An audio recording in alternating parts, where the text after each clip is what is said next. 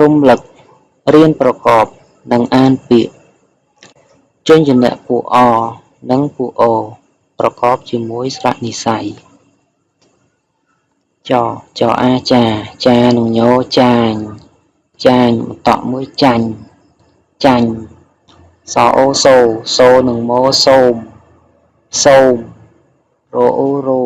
រនឹងម៉ូរោមហោអាហើនឹងយោហើយវអ៊ីវានឹងយោវាយ